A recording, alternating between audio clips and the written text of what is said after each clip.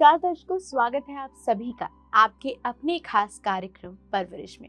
दर्शकों, ये कार्यक्रम हम आपके लिए लेकर आते हैं ताकि आप अपने बच्चों की पेरेंटिंग स्पिरिचुअल तरीके से कर सकें। इसी श्रृंखला में स्वागत करते हैं हमारे आज के guest, senior pyramid master Deepti Nadella ma'am का। मैम, बहुत स्वागत करूंगी कार्यक्रम में। Thank you very much. दर्शकों, आज हम बात करने वाले हैं बच्चों और उनके नखरों के बारे में, यानी कि चाइल्ड एंड देयर टैंट्रम्स। तो क्या वो सवाल हैं जिनके जवाब खुद पेरेंट्स जानना चाहते हैं, या फिर ऐसे बच्चे जो काफी ज्यादा टैंट्रम शो करते हैं अपने पेरेंट्स को, उन्हीं पर जवाब आज मैम से प्राप्त करेंगे। मैम, चलिए कार्यक्रम की शुरुआत करते हैं। यस, बहुत ही इम्पोर्टेंट अच्छा टॉपिक है, आगे बढ़ेंगे जी। तो मैम, जैसे आज हम बात कर रहे हैं कि बच्चे जो टैंट्रम्स दिखाते हैं या कहीं के जो नखरे दिखाते हैं, जिन्हें पढ़ाई नहीं करनी या मूड स्विंग जो बच्चों के हो जाते हैं, उनके बारे में जानना चाहूंगी कि आखिर ऐसा क्यों होता है और बच्चे क्यों पेरेंट्स को हर बात पर मना करना, हर बात को इनकार करना, हर बात से ऐसा क्यों करते हैं। सो यहाँ पर अब हर प्रश्न के जवाब में आपको यही फील होगा कि दीप्ति मैम तो बच्चे के साथ ही ले रही है सभी बेसिकली यहाँ पर सभी पेरेंट्स को सीखने की ज़रूरत है। बच्चे पेरेंट्स से ज़्यादा नेचुरल है।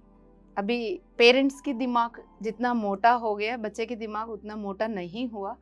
दे are trying to express themselves and बचपन में सब बच्चे का ये लर्निंग स्टेज भी है उनका कि उनको ये नहीं पता, क्योंकि वो अब इतना माइंड अप्लाई नहीं करेंगे, ये करना चाहिए नहीं करना चाहिए, अच्छा बुरा मेजरमेंट के साथ नहीं रहेंगे। उनको अंदर से जो आया बाहर निकाल देंगे।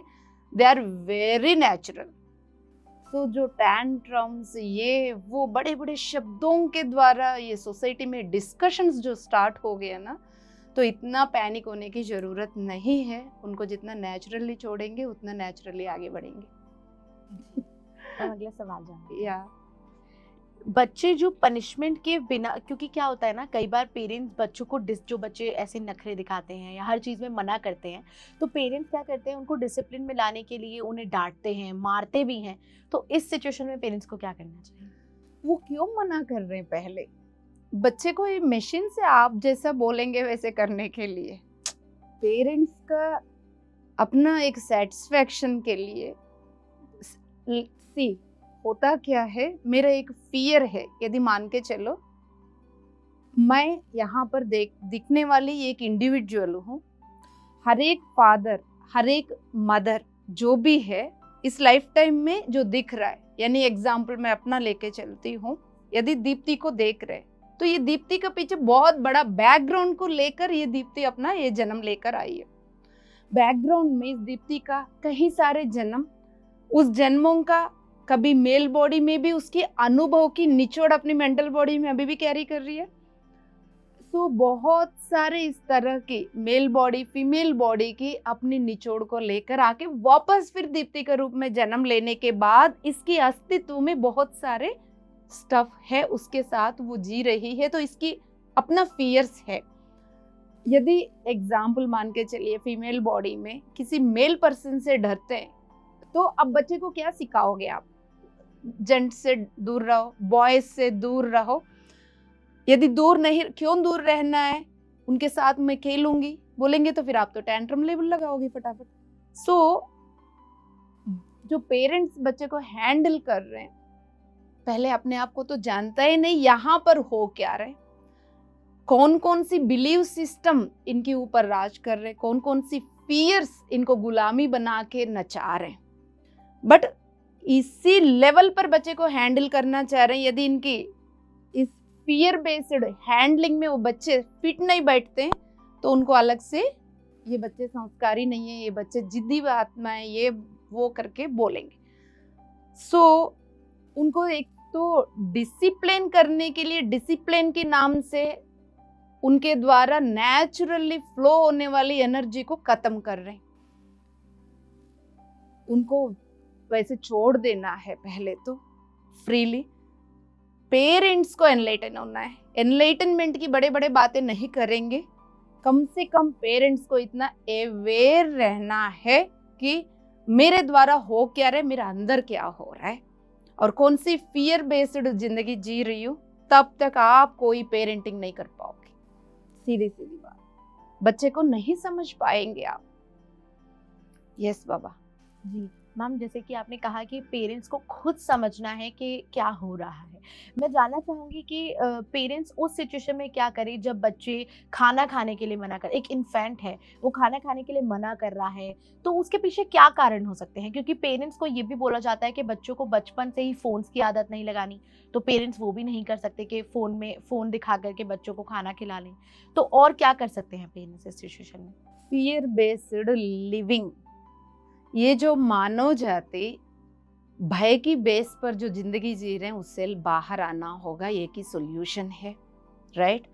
क्यों बता रही हूँ, अभी जैसा प्रश्न जनरल हो गया लेकिन इसकी आंसर जनरल नहीं है।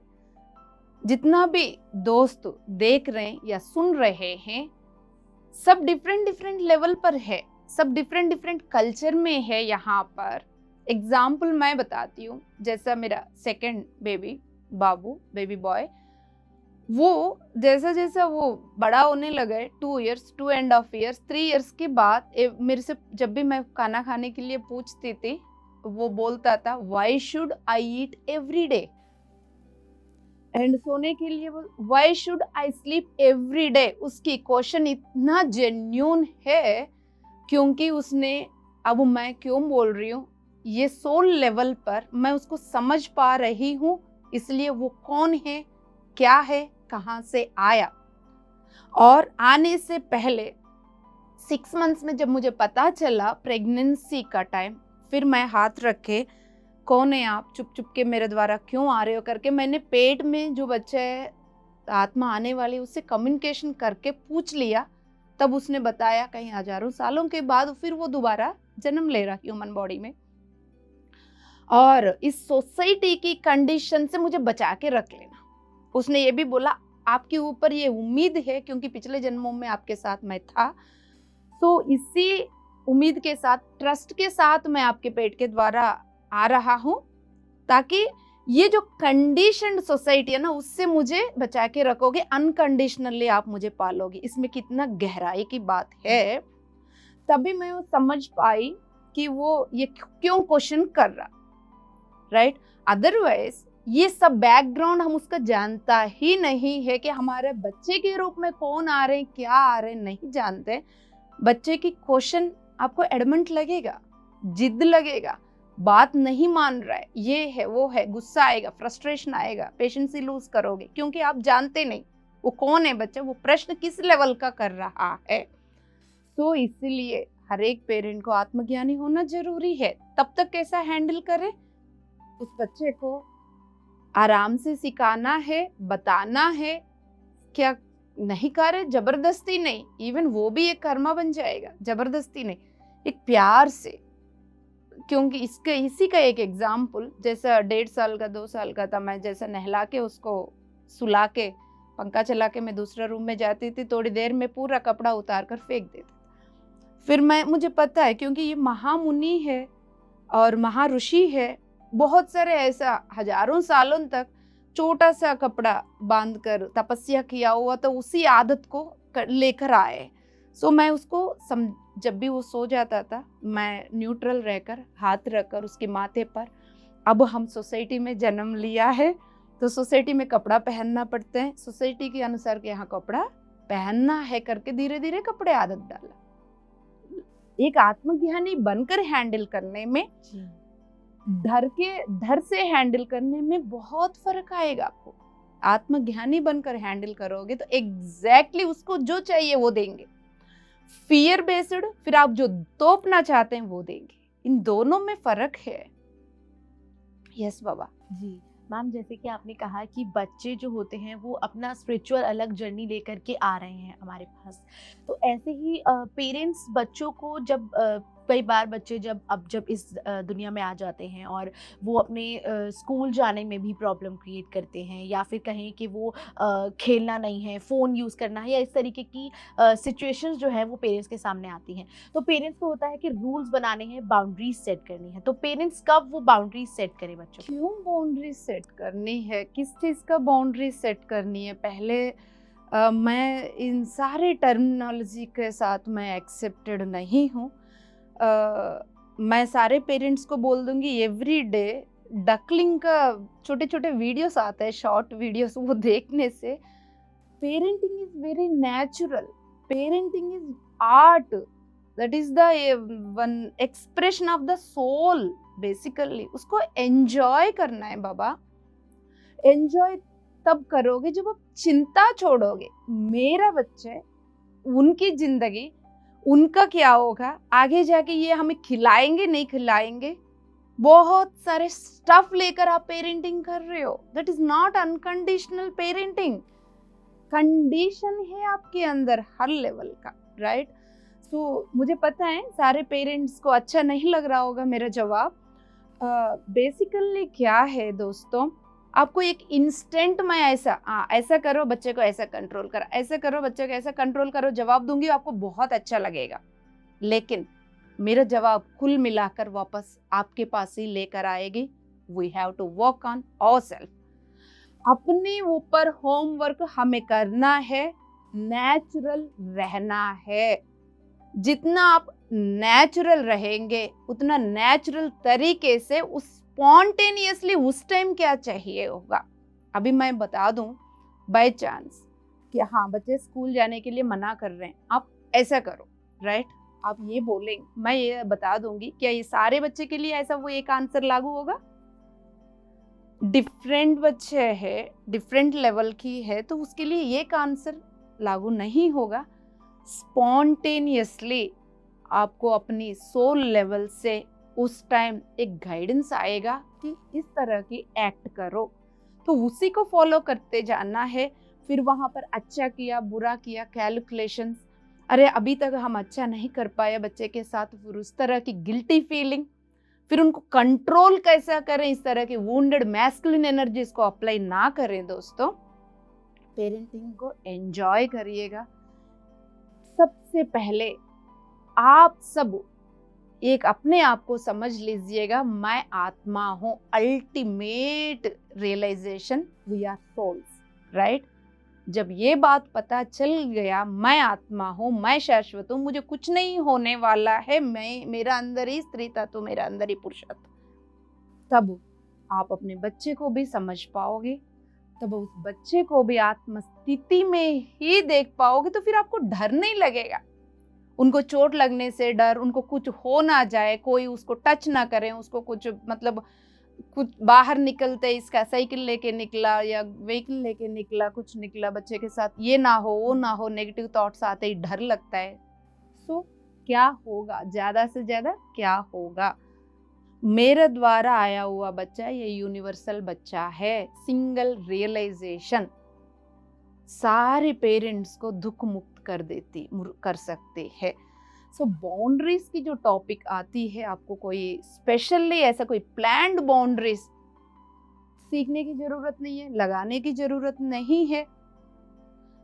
जब भी कुछ सिखाना है, बताना है, तो आपको प्यार से बिठाकर जो भी आप एक्सप्रेस करना चाहते हो, क्वालिटी टाइम देकर, उनके साथ बैठकर, पेशेंसी के साथ, इमोशनल एनर्जीज को पॉइजन की तरफ फेंकना नहीं उनके ऊपर। मैक्सिमम यही चलता है फैमिलीज में।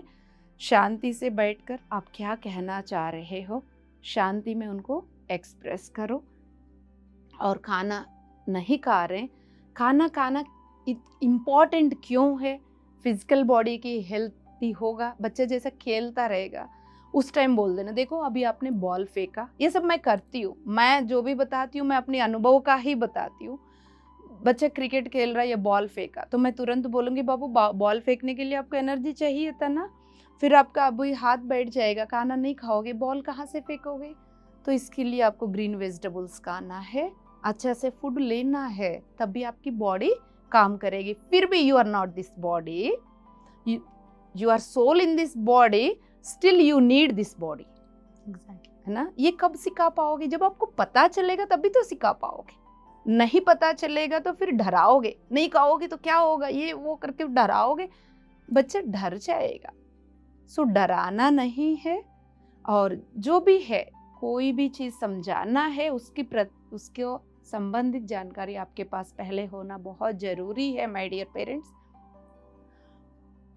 फूड जो बना रहे हो, बनाते वक्त आप एक, जैसा मंदिर में, गुरुद्वारा में एक प्रसाद बनाते हैं ना, हम सब बोलते हैं ना कितना टेस्टी है, ऐसे एक प्रसाद की तरह खाना बना लो और ऐसा कर लो कि ये प्रसाद घर परिवार में सब बहुत अच्छा से खा रहे, वो सब ध्यानी और शाकाहारी बन रहे, शांति से प्यार से पूरा परिवार एक दूसरे के साथ सपोर्ट कर रहे, सोल एवोल्यूशन में एक दूसरे के साथ मदद कर रहे।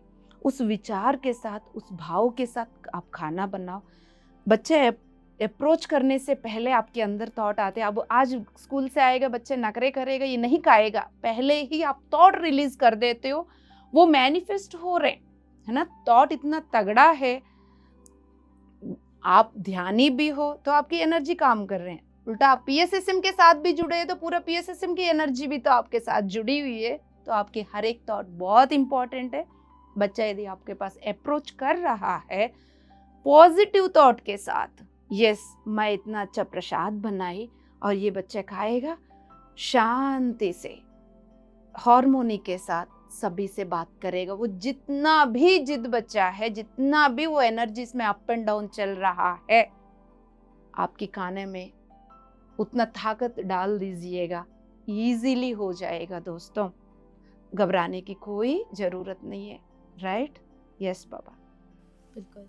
तो मैम ने जैसा कहा कि बच्चे जब भी टैंट्रम्स या नखरे दिखाते हैं या कोई भी अपना इमोशंस को रिलीज करते हैं तो पेरेंट्स को स्पिरिचुअल तरीके से उसे किस तरह हैंडल करना है। मैम मैं जानना चाहूँगी, जैसे आपने कहा कि एक स्पिरिचुअल पेरेंट जो है वो बच्चों को उसी तरह से समझेंगे और तभी जो है बच्चों के इमोशंस पेरेंट्स को समझ आएंगे। मैं जानना चाहूँगी, जैसे आपकी एक बड़ी डॉटर भी है जो कि एक टीनेज एज में है, मैं जानना चाहूँगी टीनेज बच्चों के, क्योंकि कई उनके अपनी लाइफ में पीयर ग्रुप्स में कई ऐसी सिचुएशन हो रही होती हैं, वो प्यूबर्टी को हिट कर रहे होते हैं और काफ़ी ऐसी सिचुएशंस हो रही होती हैं जो बच्चे थोड़ा अपने फ्रेंड्स की ओर ज़्यादा जाते हैं रादर देन पेरेंट्स। तो मैं जानना चाहूँगी ऐसे में स्पिरिचुअली पेरेंट्स किस तरह अपने आप को बच्चे से कनेक्ट कर सकते हैं, टीनेज बच्चे को? यस, इस प्रश्न के शुरुआत में आपने जो इमोशनल एक्सप्रेशन की जो बारे में बात किया था, कई बार बच्चे जो इमोशंस एक्सप्रेस करते हैं वो घर परिवार का भी इमोशंस को वो लोग एक्सप्रेस कर रहे होते। जब भी बच्चा कुछ एक्सप्रेस कर रहा है तो उसका सामने जो खड़ा है वो आपकी प्रतिबिंब खड़ा है, उस पॉइंट ऑफ व्यू से देख लीजिएगा। देखने के बाद ये जो बच्चे एग्रेसिव फील कर रहे हैं, ये जो एग्रेसिव एनर्जी कहीं मैं इधर से तो रिलीज नहीं कर रही हूँ, तो इस तरह का भी आप लोग अपना चेक करते रहिएगा दोस्तों। सो कई बार पेरेंट्स की इमोशन को वो एक्सप्रेस कर रहे होते हैं। कई बार मैं देखती हूँ बच्चे के बुखार वगैरह जो आते हैं, तो बच्चे को बुखार आया, मेडिसिन तो नहीं लेने, क्या करना है, फिर मैं पेरेंट्स को बोलती हूँ कि आप लोग चेक करो ऐसा कौन सा गुस्सा है जो दबा के रखे। इमीडिएटली बोलते हैं यस, जो इमोशनली जिसके साथ अटैच्ड है वो बच्चा, वो गुस्सा को दबाया होता है, उसकी असर बच्चे के द्वारा बच्चे को बुखार आया होता है। इतना डायरेक्ट कनेक्शन बनी हुई होती है। यस माय डियर फ्रेंड्स, इसलिए घर पर ध्यान करने से वो वाइब्रेशन बढ़ने से इस लेवल से भी ऊपर उठ सकते हैं। सो अभी इम्पोर्टेंट जो पॉइंट उठाया गया टीनेजर्स को लेकर, बेसिकली हर जगह ये बात किया जाता है कि टीनेजर्स को हैंडल करना बहुत ही मुश्किल है करके। ऐसा तो कुछ भी नहीं है, कभी लगा ही नहीं है मुझे, क्योंकि मैंने कभी हैंडल करने के लिए डरा भी नहीं और एक ह्यूमन बीइंग के रूप में देखा भी नहीं, क्या होगा क्या नहीं होगा इसकी फियर छोड़ दिया पहले तो मैं। उनका क्यों बच्चे फ्रेंड्स की ओर खींचते, क्योंकि जिसके लिए वो ढूंढ रहे हैं उसके लिए आप जगह नहीं दे रहे। यदि आप जगह देते तो वो उधर नहीं जाएंगे। अभी ये सब जानने के बाद हम लोगों को गिल्टी फील करने की कोई ज़रूरत नहीं है, क्योंकि जब आप जानते होंगे तो आप देने की प्रयास ही करोगे। हर पेरेंट्स का कोशिश यही होता है जितना अच्छा से अच्छा कर ले बच्चे को, राइट? हर पेरेंट का यही कोशिश होता है। सो जितना जो आप अच्छा कर सकते थे वो आप देने की प्रयास भी किया, but at the same time आपके अंदर एक बच्चा जो छुपा हुआ है, जो आपकी इनर चाइल्ड जो है वो जकमीला हो, तो फिर आप अपने बच्चे को भी नहीं समझ पाएंगे। आप जब से जन्म लिया या जन्म लेने से पहले भी ऐसे बहुत सारे वुंड्स को लेकर आए होंगे। ध्यान के द्वारा एनर्जी बढ़ाते हुए धीरे धीरे आप उसको हैंडल कर रहे हो। उस समय आप टीनेज बच्चे को लेकर वो कुछ भी करेंगे आपको डर लग रहा है। आजकल बहुत ज़्यादा डिस्कशंस करते हैं मोबाइल को लेके। मुझे तो कोई समस्या दिखता ही नहीं, ना मोबाइल्स में, ना टैब में, ना लैपटॉप्स में, ऐसे कोई प्रॉब्लम दिखता ही नहीं। सब जगह पर जो डिस्कशंस एंड फ्रेंड्स, वो ये कि एज ग्रुप में कंफर्टेबल फील करेंगे वो, और उनके जो इमोशनल बॉन्डिंग हो जाती है उस एज ग्रुप में, उस समय उनकी जो ब्रेन डेवलपमेंट है एक्चुअली क्या है। देखिए हम क्या करते हैं, जैसे आपका 4 इयर्स में ठीक है, धीरे धीरे जैसे बच्चे बड़ा हो रहे, अब बड़े हो रही हो तुम अपने आप करो करके बोलते हैं, है ना। करते करते 10 इयर्स के बाद हम बोलते हैं अब तो तुम बड़ी हो गई, अब संभाल लो। जितना आप समझ रहे हो ना उतना बड़े वो नहीं हुआ। उनकी पूरा ब्रेन की सिस्टम अभी पूरा उतना डेवलप्ड, जितना ब्रेन, जो बात आप लोग कहना चाहते हैं ना, जितना आप समझ रहे हैं ना वो बच्चा डेवलप्ड, उतना ब्रेन उनका डेवलप नहीं हुआ है। उनका ब्रेन डेवलप होने में टाइम ले रहा होता है, वो टीनेज में भी। सो हमारा जो एक्सपेक्टेशंस हैं उसी से हम डिसअपॉइंट हो जाते हैं एक्चुअली। सो बेसिकली क्या है, जो वो कर सकते हैं उससे ज़्यादा हम एक्सपेक्टेशंस रख लेते हैं। बच्चे को जैसा बोलते हैं अभी सुबह उठना, स्कूल जाना है तो सुबह उठना है, सुबह उठ के रेडी होना है तो रात को जल्दी सोना है, रात को जल्दी सोना है तो खाना पीना शाम का शेड्यूल बना। ये हम जानते हैं, हम यही बार बार समझाते रहते हैं बच्चे को, लेकिन उसके लिए वही है, जब तक खेल रहा तब तक वो खेल ही उसकी दुनिया है। नेक्स्ट क्या करना है उसका वो सब कुछ शेड्यूल नहीं है उसके अंदर, बट हम एक्सपेक्ट कर रहे होते हैं। इसलिए एकदम से अभी आप खेल के आए हो, इतना लेट खेल के आए हो, क्या खाओगे, कब सोओगे, कब उठ के जाओगे, स्कूल जाओगे, तो ये सब उसको पैनिक हो जाएगा। क्या है ये सब, क्या बोल रहे हैं, तो वो सिर्फ आपकी एक्सप्रेशन, आपकी एनर्जी को ही ले पाएगा, आपकी शेड्यूल सामने वाला बच्चा नहीं ले पाएगा, राइट। सो इस तरह की बहुत सारी चीजें हैं टीनेजर्स को हैंडल करने के लिए। मैम जैसे आपने कहा कि स्पिरिचुअल पेरेंट्स बहुत ज़्यादा ज़रूरी हैं बच्चों की परवरिश में, क्योंकि बच्चों को नहीं पता कि आगे की प्लानिंग क्या करनी है, बच्चों को सिर्फ उसी मूवमेंट में रहना आता है, तो वो प्लानिंग्स को एक स्पिरिचुअल पेरेंट ही बच्चों की परवरिश अच्छी कर पाएगा।